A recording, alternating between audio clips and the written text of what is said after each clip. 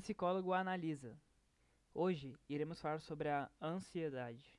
Tema esse muito popular no mundo, porém, infelizmente, com essa popularidade, muitas pessoas utilizam do termo de maneira imprecisa e excessiva.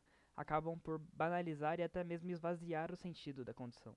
Aqui iremos trazer pensamentos da psicologia e filosofia fenomenológica, apresentando uma conscientização sobre tais fenômenos. Para de início, o que são fenômenos?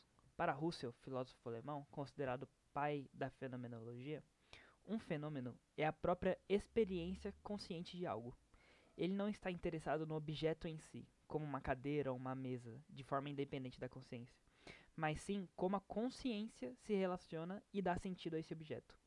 Por exemplo, quando você olha para uma maçã, o fenômeno não é a maçã como um objeto físico com peso e forma. O fenômeno é a sua experiência consciente da maçã, a cor vermelha que você vê, o brilho que você percebe, a sensação de solidez que você imagina ao tocá-la.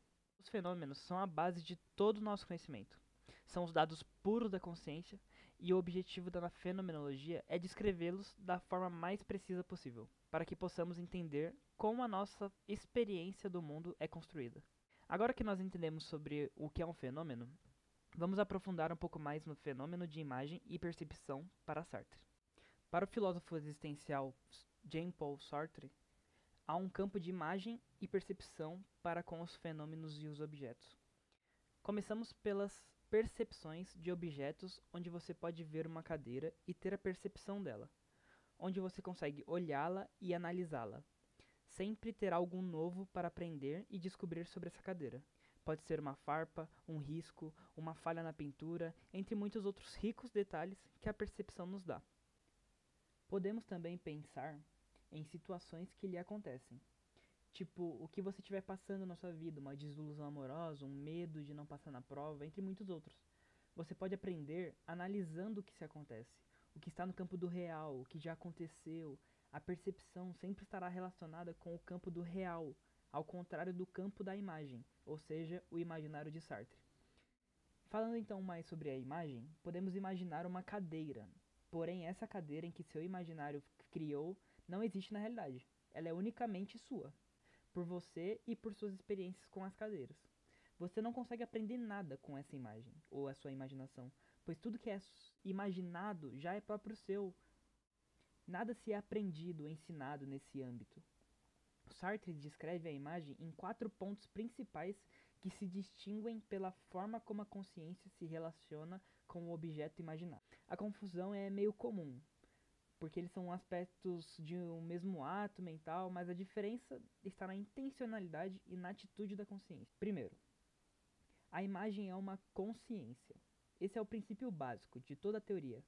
Para Sartre, a imagem não é uma coisa mental, como uma fotografia guardada na mente, mas sim um ato de consciência. Ou seja, a imagem só existe enquanto a consciência se direciona a ela. O ato de imaginar não é uma lembrança passiva, mas a própria consciência em ação, voltada para um objeto. O que separa um ato de consciência imaginativa de uma percepção é a forma como ela se relaciona com o seu objeto. Segundo, o fenômeno de quasi-observação. Este ponto diferencia a imagem da percepção. Quando percebemos algo, temos a experiência de plenitude, de certeza, e a nossa consciência tem acesso a infinitos detalhes. Já a imagem pode ser um ato de consciência, é sempre pobre e indefinida. Ela não tem a riqueza da percepção, e por isso Sartre chama de um fenômeno de quase-observação. Na imaginação, parece que estamos observando algo, mas estamos sempre cientes de que essa observação, entre aspas, é uma ilusão. A imagem é algo que nós criamos, e não algo que descobrimos. Terceiro, a consciência imaginante coloca seu objeto como um nada. Este é o ponto mais complexo e crucial para Sartre. Ele está diretamente ligado à natureza da consciência. A consciência tem a capacidade de negar. Ao imaginar, a consciência não apenas cria um objeto, mas também o coloca como um irreal, um nada. Quando você imagina seu amigo, você sabe de forma fundamental e inegável que ele não está realmente ali, na sua frente. A imagem é um ato de consciência de um objeto que, ao mesmo tempo que é criado, é negado em sua existência real. Quarto, espontaneidade. Este último ponto se refere ao ato de criar a imagem. A imagem não é uma resposta mecânica. A imaginação é um ato de espontaneidade, uma criação livre da sua consciência. Se a imagem fosse apenas uma lembrança passiva, ela não seria um ato de liberdade, que para Sartre a imaginação é uma manifestação da nossa liberdade radical. A nossa capacidade de criar um mundo irreal é a prova de que a consciência não é inteiramente determinada pelo mundo físico. Vamos para um breve resuminho então. A diferença entre os 4 pontos está no aprofundamento da análise. Primeiro ponto. A imagem é uma consciência. Estabelece o alicerce. Ponto 2. Fenômeno de quase observação. Compara e diferencia a imagem da percepção. Ponto 3. Coloca seu objeto como um nada. Ele revela o que há de mais essencial na imagem, a sua natureza irreal e a capacidade da consciência de lidar com a ausência. Ponto 4. Espontaneidade. Mostra que a imagem como um ato de liberdade, uma manifestação da nossa capacidade de ser mais do que já somos e de projetar a nossa própria realidade. Tá, e o que isso tem a ver com ansiedade? Eu vou abrir os seus olhos agora. Sartre, ele argumenta que a consciência que imagina coloca o seu objeto como um nada, certo? Em outras palavras, quando você imagina um cenário, você o destrói em sua realidade potencial, para torná-lo um mero fenômeno da sua mente. A ansiedade é, em grande parte, a imaginação de um futuro que ainda não existe. O que Sartre nos mostra é que, ao imaginar esse futuro, não estamos tornando mais real.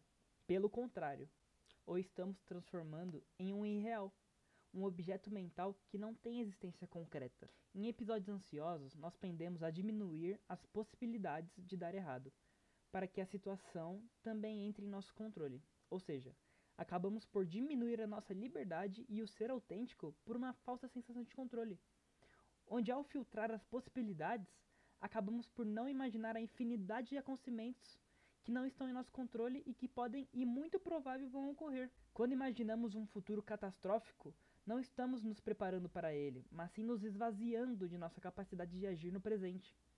A imaginação ansiosa rouba nossa energia e nossa atenção, prendendo-nos a um futuro que é no momento nada.